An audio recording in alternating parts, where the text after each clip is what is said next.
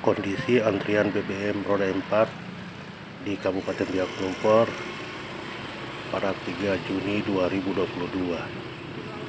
Kita berharap agar kondisi yang terjadi pada hari ini tidak berkepanjangan dan terus-menerus.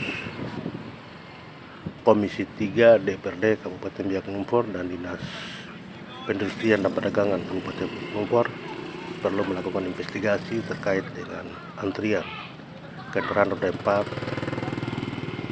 Apakah antrian kendaraan roda 4 ini adalah sebuah indikasi adanya kelangkaan BBM, ataukah distribusi BBM yang begitu lambat atau tidak tepat pada waktunya? Ini yang perlu ditelusuri.